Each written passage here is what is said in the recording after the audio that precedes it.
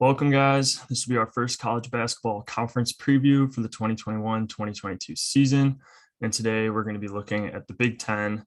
This is the conference I know the best.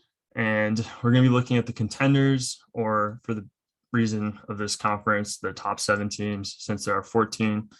I'm really excited to get these videos out to you guys. I've done a ton of research the past couple months, and I think I have a pretty solid grasp on these rosters, which is going to be really important going forward with all the transfers, with having immediate eligibility this offseason. The teams are going to be more different than any other season. So you're going to want to know your stats, your information going into the year before you're betting on anything. And college basketball is really my expertise. You've seen me or heard me in the NFL videos, and I consider myself a pretty good NFL bettor, but as far as knowledge of the sport and talking about it and really knowing strategies and all that, I kind of lack in the NFL sector, but I know basketball extremely well. I did great betting on it last year. So you could talk all the crap you want in the comments, but it's going to be in your best interest to tail my analysis and picks. And so just a quick announcement. We've mentioned this in our other videos, but we have a partnership with Prize Picks. They allow you to parlay player props together. So if you take a look on the left-hand side, if you use the promo code PROPICS, they'll match your first deposit up to $100. And I mean, this is great value. You get $100 free to play around with. Me, Ian, and Sean already have done so. We've made quite a bit of money, but it's really important to emphasize this for college basketball season because I'm a big user of FanDuel and DraftKings, but you can't get player props for college games on those sports books. So that's where Prize Picks is really valuable, because you can be betting on player props for college sports, and you can't really find it in many other places. This app's also great because it's legal in the betting illegal states. So, for example, Texas, Florida, California, you could use Prize Picks, and you essentially just parlay your favorite players together or whatever you'd like for that night, and they just have to be at least on different teams, at least 2 of the entries. So you could do like a 3-play flex play. 2 players could be on Ohio State, 1 could be on Nebraska, and that's fine. Flex play is nice because it's a built-in promo. You're always going to get a little bit money of your back if you only 1 leg hits. So you can see the payouts here, but say it was a 3 leg, you could still make 1.25 times your risked amount if you're doing like a 3 leg. And the power play is also great because that's just your traditional parlay. And if you really like all the legs that you have entered, you might as well go for that for the higher payout. But just once again, Pro Picks is the promo code that you guys should be using for this. And with that, we're going to jump right into our rankings. So first, I have Michigan State at number 7. I've been back and forth on this one for a while now.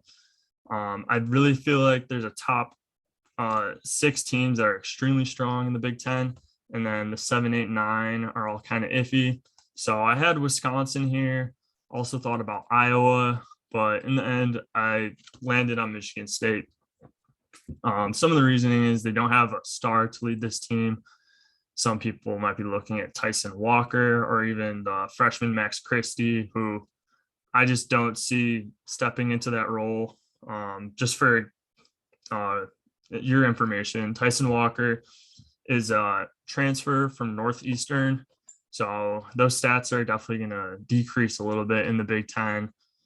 Joey Hauser, too, is not highly regarded in the fan base. He's underperformed, and he's just honestly a weak post, which you don't like to see at all in the Big Ten. So Malik Hall might end up starting over him at power forward. I like Max Christie a lot. He's from the town next to me, and he's a great shooter. This is exactly what this team needs. Hopefully he can be reliable for them.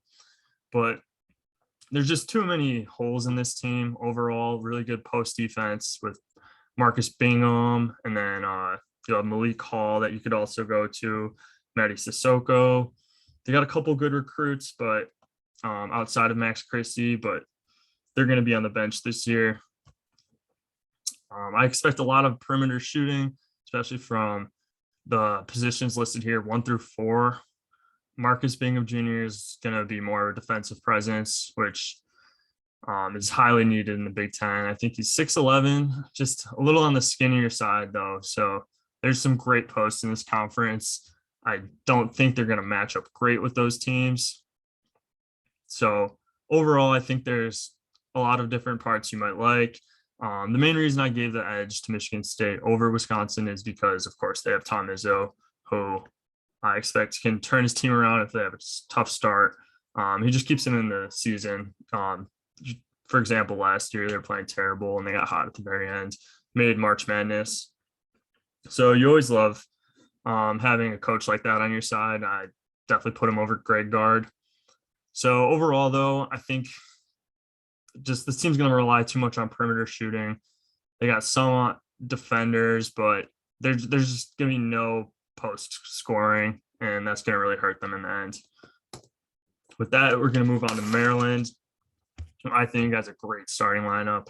Fats Russell's from Rhode Island, and those are his stats last year. All the stats on the screen are from the previous season, and he actually over the last 3 years has averaged 16 points, so he had a little down year his junior season, and I expect him to improve on that. He's actually Rhode Island's all-time leader in steals too, so that he adds a great defensive presence between Fats Russell, Dante Scott, and Hakeem Hart. They're all from Philly.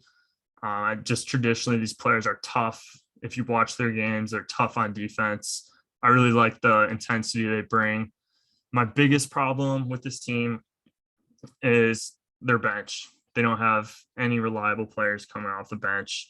They have a couple freshman forwards who will play some valuable minutes, so I'm interested to see on how they do. But they got a transfer from Old Dominion, and that is Xavier Green. He's probably going to play positions 1 through 4. They're going to need him to. And Ian Martinez from Utah, who really underperformed. He's a guard. And he was a 4-star, so he has some potential, but there's just nothing proven on the bench. I do love the starting lineup, though. I think they're tough. Wahab at center was from Georgetown, who really broke out at the end of last year, and that's huge. I'm going to keep mentioning that over and over, but having him at center to compete with the likes of Dickinson, Kofi Coburn, Travion Williams, you need it to play with the top teams in this conference. So overall, my prediction for them is they're going to be good, but they're going to be inconsistent due to their bench. And I think they're going to wear down at the end of the year. I expect if you're going to bet on a team early, middle of the season, and then kind of tail off on them, I think that's going to be Maryland this year. I really do like their starters, but their bench isn't there. And Fats Russell only shot 33.7 from the field last year. That was his field goal percentage. So that's just not going to cut it. He at least has to improve upon that by 10%. And that's also a little tough to see going from Rhode Island to the Big Ten. So with that, we have Indiana, who a lot of people might be upset with this pick because I have them rated much higher than a lot of the analysts do. They have tons of transfers, though. Xavier Johnson from Pittsburgh. I loved him last year. I just thought that team was like really dysfunctional. You can see he averages 5.7 assists and he could score the ball. That was in the ACC, so I do expect those stats to transfer over. He also got Miller Kopp at small forward from Northwestern. He was my favorite player at Northwestern. And I think this is just going to be huge for Indiana as a whole because they need somebody to stretch the floor. Trace Jackson Davis can be potentially the best player in the Big Ten. He was close last year, but they just need to create some space for him to work in the post. He can't shoot threes. He has some mid-range game, but he's an animal in the paint. So you need Miller Kopp, you need Xavier Johnson, and then Parker Stewart also is from UT Martin, another transfer, and averaged almost 20 points. So obviously you can expect that to decrease, but still be a solid scorer for them. And then I think it gets a little interesting at center. Race Thompson has been an okay player all throughout his Indiana career. And they got Michael Durr, a transfer from University of South Florida. And I really think he can end up taking that starting spot because he's a little bigger, 7 foot 250, and he'll actually be able to compete with Kofi, Dickinson, like I mentioned, same deal. And so a lot of these other stats I have in my notes, but I mean, if you just look there, they got starting 4 seniors, and then the one junior is their best player. So they have a ton of experience, but their guards all shot under 43% last year. Kopp, Johnson, and Stewart. So you got to see that increase. And you would think that would, because they're going to be less reliant on them when you have Trace Jackson Davis to go to in the post. He's going to be the number one option every single play. And I really love the bench here. They have Rob Finney, who actually started 24 of 27 games, who could also still be the point guard, which is just my prediction. They also got Trey Galloway, who started a few games last year too. I just think Kopp and Stewart provide a little more than him. He was very inconsistent. They got 2 freshmen, Tamar Bates and Logan Duncombe, 30 and 72 respectively, ranked in the nation recruits. So, and Bates is shooting guard, Duncombe's a center. So they have potential options to fill all these weaknesses. I think they'll put it together. I just think besides Trace Jackson Davis, they would really want another strong number 2 option. So that's why I have them at the 5 rather than a little bit higher. But almost everywhere I've seen has them in the 8 to 9 range, regardless. So I think this is a little optimistic rating for them. And so I just think it's going to take a little time with all the transfers, like we've been talking about. But I think this team's going to heat up. It could really be a problem at the end of the year. Trace Jackson Davis didn't come back from the draft without thinking that he could win. And then my alma mater, Illinois, we have him at number 4. You got Curbelo at point guard, who's honestly my favorite player on the roster. He's electric, plays great defense, makes all the hustle plays. I hope he can improve his perimeter shot. That's a glaring weakness for him, but just about everything else, I love his game. Trent Frazier, another player I really like, takes a lot of charges, hits the corner threes. We saw his production decrease slightly throughout the years with Io, but I expect him to be taking more shots this year. And then DeMonta Williams, a defensive specialist. He's 6'4" about though, longer wingspan. We have him at small forward. And then Jacob Grandison, a transfer from the previous season. He played with us all last year. So another like rotational piece. And then of course Kofi, the All-American, the highest ranked transfer ever in the portal, even though he came back to Illinois. And I expect him to play great again. I've seen a lot of videos of him working on his jump shot this offseason. But just a player, the way he catches the ball and approaches the game, I don't think that's going to transfer over to this next year. I think it might actually hurt his draft stock because I don't think his jump shot's going to improve all that much. But that's not knowing if he would have gotten drafted regardless. So they got a few really good recruits too. Brandon Podziemski from Wisconsin will probably be the most impactful.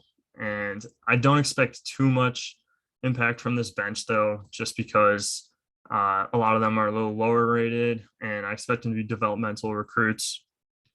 Fonzo Plummer from Utah, also not a huge fan of. He's going to be a backup point guard, shooting guard. He can score the ball a little bit, but that's about it. And then my favorite pickup from last year was Omar Payne.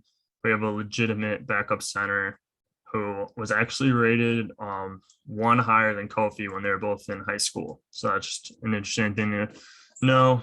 But overall, love Curbelo, love the post depth between Kofi and Omar Payne. And a wild card I didn't mention is Austin Hutcherson. He was hurt all last year. He could take that small forward spot. I just feel like there's too many role players. I feel like this team was built great to play around Io, but I really like Curbelo as a primary playmaker, and then Kofi as a scorer. I don't see the other guys scoring enough. I know a lot of people think Illinois is a top 3 team in the conference, but I just don't see the scoring. Their positions, point guard, shooting guard, small forward, are all undersized too. And as big as Kofi is, he's not the best interior defender. If he gets hurt, I could see this team being in a lot of, or not hurt, if he gets in foul trouble, this team could be in a lot of trouble. So, good team, contender, but I don't think they're going to get over the hump. And then Michigan, this team is quite different from last year. Also, they got Devontae Jones, who is a transfer from Coastal Carolina. So once again, expect those averages to drop quite a bit. He could maybe not even start. Depends if they want to go with maybe Frankie Collins or Kobe Buffkin. Those are the 45 and 46 ranked recruits. They could even start over Eli Brooks, but I doubt it. Eli Brooks is a senior, started all last year, but he just doesn't do it for me. He's solid, but he's not making the game-winning plays down the stretch. The real wild card is Caleb Houston. I want to see how he plays. I think he could dominate this league, especially with teams lacking at the small forward position. I think he's going to have a field day against Illinois with DeMonte Williams starting at small forward. He's just 6'4", and he's traditionally a guard, and you put him against a top 10 recruit, 6'8" small forward. It's just not even comparable. Also, don't like Brandon Johns Jr. I actually remember seeing him all the time on like the travel basketball circuit. He's just always been a massive kind of athletic guy who doesn't have a lot of skill. And then Hunter Dickinson, lastly, is a very good player. I see him similar to Kofi, though, is where he's going to have better stats, but I don't think he's going to develop that jump shot just the way he shoots it. He almost has like a forward spin on it. It just doesn't look right to me. He can hit his free throws, though. Overall, tons of talent. Moussa Diabate, too. He is the number 16 prospect. He could end up taking this over at the power forward spot. Personally, I thought they overperformed last year. They also missed 5 games for COVID, and one of those would have been against Illinois, where I think Illinois was hot and would have for sure beat them. Obviously, this team's contender. A lot of people have them at number 1 in the conference, but I just think there's too many freshmen and just personally players that I don't like, that I don't see keeping up the same impact that they had from last year to really pull it all together. Then we'll go to number 2, Ohio State. Another team that I'm a little higher on. A lot of people have them at 3 and 4. A lot of people have them at 4 mostly, but Jamari Willer, defensive specialist from Penn State. Great to get another player from an interconference rival. And then you got Cedric Russell from Louisiana. A lot of people think he can replace the scoring of Dwayne Washington. Once again, not going to put up the same numbers he did last year, though. I love Justice Suing. I love EJ Liddell. I think EJ Liddell will be the best player in the conference this year. He could do everything. I think that's why it's really huge that Michigan did go out and get Caleb Houston, because I think that's going to be their best matchup to stop EJ Liddell. And then just rounding out at center, they got Kyle Young. Nothing too special, but he definitely gets the job done. A little undersized at center. I say this is by far the deepest team in the Big Ten. I can see 12 guys on their roster getting minutes.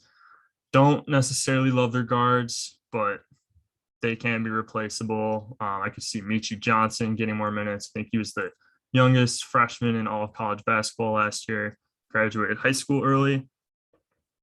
And you got Justin Ahrens, who could be a 3-point shooter off the bench. Zed Key, another undersized center who brings a lot of energy. Seth Towns, who was Patriot Player of the Year, went crazy for Harvard, but just been battling some knee injuries. So he could be a great starter too, even. They have just so many options. My problem with this team and why I think they're going to probably end up falling short of a championship is because they lack a true center. They have tons of athletic wings, though. If they could get a team running, they could speed up the pace. I think that's exactly how they're going to want to play. And they have the talent and the guys and the roster to try to just run everyone off the court. And just with how deep this team is, I think they should be consistent. They're returning a lot of seniors. I think they'll be good the entire season. And that wraps us up with Purdue at number 1, who is my favorite team. They're returning all 5 of their starters from a roster that went and finished 4th in the Big Ten last year. Mackey Arena, toughest court to play in Big Ten, maybe all of college basketball. I remember this last summer they're interviewing a lot of the lottery picks in the NBA draft, and pretty much everybody who was in the Big Ten said Mackey was the hardest place to play. They just don't lose there. I also think they have the best backup front court. I know Mason Gillis isn't great, but they have Caleb First and Trey Kaufman, who are both very good freshmen who can maybe steal that starting spot. And then on top of that, you have Zach Edey, the 7'6", 7'4" center, who looks awkward, but honestly gets the job done. And in his sophomore year, I expect him to have a bigger leap in just overall development of his game than most players, just because of how raw he looked. But I have to talk, if we're talking about this team, I have to mention Jaden Ivey. He blew up with USA basketball this last summer. If you watch their games, he's extremely athletic, either dunking on people or trying to dunk on them. I think he's going to blow up. That's not really even a hot take. He's going to be a lottery pick. And I think EJ Liddell, just because the experience, will end up being conference player of the year. But I think Jaden Ivey will be a very close second. And then you just have a lot of shooters, a lot of steady guys. Brandon Newman coming off the bench could also start. And just a note of like teams who could beat them. Obviously, the other 2 top teams, Michigan and OSU. And that's just because they lack a true small forward. Stefanovic is more of a shooting guard, as it is. But this team's just too good. They bring everybody back when they finished 4th in the Big Ten, got a 4 seed going into the national tournament. And then Travion Williams is a beast down low. And keep talking about that all season, but you'll see that you need these centers to survive in this league. There's a handful of teams with elite post play, and everybody has good guards. So you have to have good post play. They have the best post play, and that's why I'm taking Purdue as my number 1 team. Just a little recap. So like I mentioned, Michigan State barely made the top 7 over Wisconsin and Iowa for me. I just think they're the worst contenders. They should probably be more in the bottom half. But once you get to this top 6, I could realistically seeing any of these teams finishing number 1. You got Maryland. Recap, great starting lineup, strong team. They're going to be gritty. And a lot of guys from the Maryland area who are probably going to be excited to play for their hometown. Just the depth's going to kill them, and I think they're going to fall off at the end of the year. Indiana, on the other hand, I love that they have a go-to player in Trace Jackson Davis. I love all the transfers they brought in. A lot of scorers. I think this team's going to put up a ton of points, but probably lack on the defensive end. So this might be a team you're going to want to favor betting the overs. And just because there's so many transfers, I think they're going to take a little bit of time to get going. But I think this team could be the very best at the end of the year. And there's a lot of value in Indiana, with a lot of other experts and analysts having Indiana in about the 8 to 9 range in the conference. Illinois, a lot of people have them at like 3. I have them at 4 just because I see them being a much more defensive team this year. Io really ran the show for them. I think Curbelo is going to be great, take the step forward he needs to, but I just think the team's too small. Trent's like 6 foot, Curbelo is like 6 foot, and then DeMonte's like 6'4". That's just too small of a lineup to be starting in the Big Ten. I know you got Kofi, so he'll take over all the paint regardless, but he's really not that great on defense. Fouls a ton, doesn't block a lot of shots. He dominates the paint on the offensive end, but all the other players in my mind are a little bit better on the defensive end than offensive end. And I think they're just going to have a couple bad nights here and there, and they're just not going to be able to stay consistent for the whole season. Michigan, Ton of talent, probably the most NBA talent in the whole conference. I just think they overperformed last year, so a lot of people are high on them. And I think a couple of their players are very overrated. I just they remind me too much of like a Kentucky team where you're relying on all these freshmen to make plays. I don't think it's going to happen. I don't think their upperclassmen are good enough to carry on, but obviously you have multiple guys who could go in the draft. So they have to be number 3, have to be in that number 1 tier. Or I think these are the true best teams in the conference. Tier 2, I think those are very good teams, but just right outside and could still compete for the top. Michigan State, I don't think it's going to compete for the championship this year. And then Ohio State, deepest team, favorite player in the conference, EJ Liddell. I just love this team, love just the style of basketball they're going to be able to play, just pressure the teams on the defensive end, go out and run. That's why they're undersized at center. It's going to hurt them on the defensive end, but they're going to outrun these bigger teams. And they're so deep that they could probably keep it up the whole year. They'll have the energy. These guys shouldn't be gassed like, say, Maryland. So I think if Ohio State could really up the tempo, they could just run teams out of the gym. And then Purdue, it's just hard to bet against or go against all that experience. Great front court play. Also a potential lottery pick at guard. They got shooters, and they have the best home court advantage in the Big Ten. I will never bet against that. There's probably some matchups that won't be as favorable, but Purdue is my for sure number 1. And I hope you guys like this video. Please let me know in the comments if you are if you agree with my rankings, if you disagree. I'll definitely get back to you. I'm interested to see how everyone else is feeling about this league. And again, let me know if you want to see another conference preview, if there's any other stats you'd like me to go more into. Honestly, I had a lot more to talk about, but I know this video is dragging on and I don't want to make it too long. So feel free to ask questions in the comments if you have any. I would love to talk about it. And as always, like and subscribe, and go watch the new football team this week. I'll see you guys in a couple of days for the other half of the Big Ten Conference.